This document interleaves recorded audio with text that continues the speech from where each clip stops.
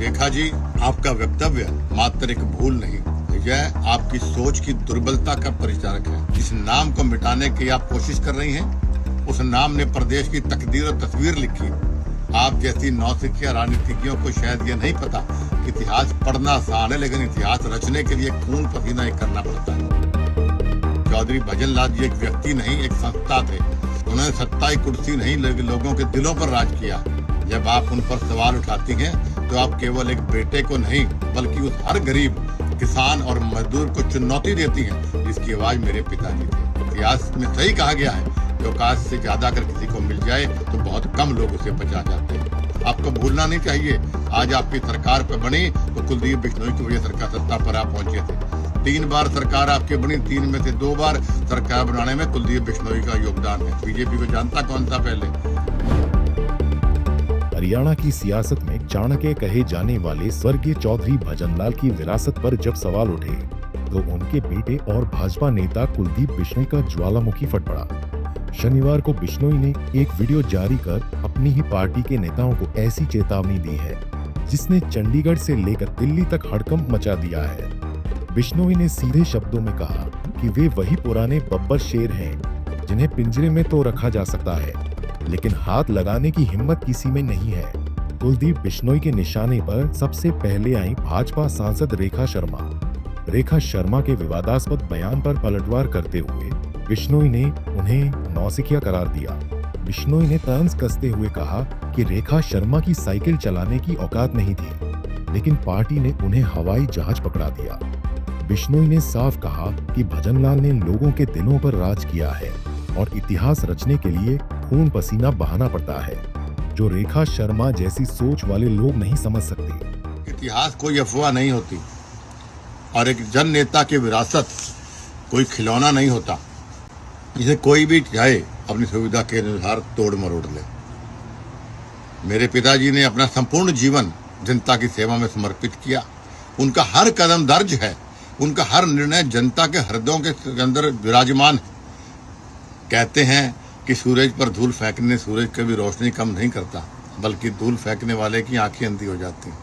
और आज उस महान नाम पर प्रश्न चिन्ह खड़ा करने का प्रयास हो रहा है। मैं स्पष्ट और निर्भीक होकर कहना चाहता हूं कि रेखा जी, आपका वक्तव्य मात्र एक भूल नहीं, यह आपकी सोच की दुर्बलता का परिचारक है। इतिहास गवाह है कि आपने केवल शब्द नहीं बोले, अपनी वैचारिक दरिद्रता और अपरपिकता का प्रदर्शन किया है। जिस नाम को मिटाने की आप कोशिश कर रही हैं, उस नाम ने प्रदेश की तकदीर और तस्वीर लिखी। आप जैसी नौसिखिया राजनीतिज्ञों को शायद ये नहीं पता कि इतिहास पढ़ना आसान है, लेकिन इतिहास रचने के लिए खून पसीना एक करना पड़ता है। चौधरी भजन लाल जी एक व्यक्ति नहीं, एक संस्था थे। उन्होंने सत्ता की कुर्सी नहीं, लोगों के दिलों पर राज किया है। जब आप उन पर सवाल उठाती हैं तो आप केवल एक बेटे को नहीं बल्कि उस हर गरीब किसान और मजदूर को चुनौती देती हैं जिसकी आवाज मेरे पिताजी थे। इतिहास पर बोलना सरल है रेखा जी, किंतु इतिहास को समझना और उस पर जीना और उस पर रचने के लिए संघर्ष करना, इसके लिए जिगरा चाहिए, औकात चाहिए। इतिहास में सही कहा गया है कि औकात से ज्यादा अगर किसी को मिल जाए तो बहुत कम लोग उसे बचा जाते हैं। ये रेखा का भी यही हाल है। कम से कम उस राज्यसभा के पद की गरिमा तो आप रख लेते हैं कि आपको राज्यसभा में थोप दिया गया। सिर्फ रेखा शर्मा ही नहीं, बिश्नोई ने हरियाणा भाजपा के प्रदेश अध्यक्ष मोहनलाल बड़ौली को भी जमकर धोया।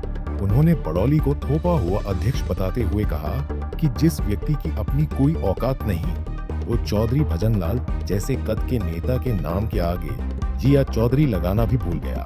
बिश्नोई ने अपनी महत्ता याद दिलाते हुए कहा कि भाजपा की 2 बार सरकार उनकी वजह से बनी है और इस बार भी 7.5% वोट उन्होंने ही ट्रांसफर कराया है। ऐसी नौसिखिया बात आज प्रदेश के अध्यक्ष ने करी। बड़े खुले शब्द में मैं उसकी निंदा करता हूं, विरोध करता हूं इस बात का। एक ऐसा व्यक्ति जिसे खुद की चलो कोई औकात नहीं, लेकिन आप प्रदेश के अध्यक्ष के रूप में बैठे हो, इसलिए बीजेपी ने आपको चाहे थोपा या बनाया है। चौधरी भजनलाल जी सम्मानित व्यक्ति को के आगे जी या चौधरी लगाना उसे समझा नहीं आपने। कैथल में आप जाके बोलते हो कि ये उनके उस लुगाई का व्यक्तिगत बीजेपी का कोई लेना नहीं है, और यहाँ आप कहते हो कोई भजनलाल जी के बारे में बोला ही नहीं और कोई जी नहीं, चौधरी नहीं। ये आपकी औकात है, ये आपकी हैसियत है।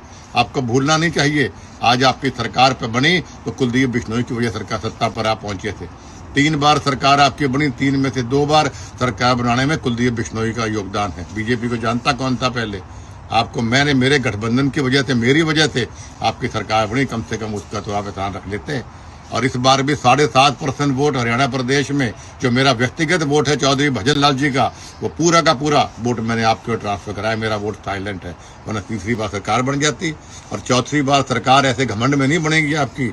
आपको बड़े नेताओं को, संघर्षशील लोगों को, जनता के काम को, जनता को साथ लेके चलना पड़ेगा। इस प्रकार बड़े नेताओं की अगर आप बेइज्जती करेंगे तो जनता की बात को भूलती नहीं, ना हम भूलने देंगे। मैं आपको स्पष्ट शब्दों में कहना चाहता हूं कि मुझे मजबूर मत करिए आप लोग कि मैं कोई ऐसा कदम उठाऊं कि आपको दोबारा अर्थ से फर्श पर लेकर आ जाऊं। मैं भारतीय जनता पार्टी का एक अनुशासित सिपाही हूं, इसलिए आपको ये चुनौती दे रहा हूं, वरना कदम उठा चुका होता मैं।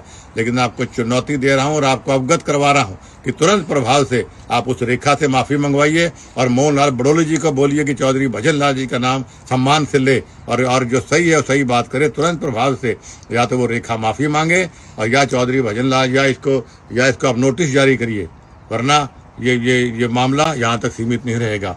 और मैं फिर दोहराना चाहता हूँ कि मुझे आप मजबूर मत करिए कि मैं वही पुराना बब्बर शेर हूँ। शेर को आप पिंजरे में रख सकते हैं, लेकिन शेर के नजदीक जाने के, हाथ लगाने की हिम्मत कोई कर सकता नहीं है। कुलदीप बिश्नोई आज भी वही बब्बर शेर है जो पुराने जमाने के अंदर था। वीडियो के अंत में कुलदीप बिश्नोई का तेवर और भी कड़ा हो गया। उन्होंने भाजपा को चेतावनी देते हुए कहा कि अगर बड़े नेताओं की बेइज्जती जारी रही तो जनता भूलती नहीं है।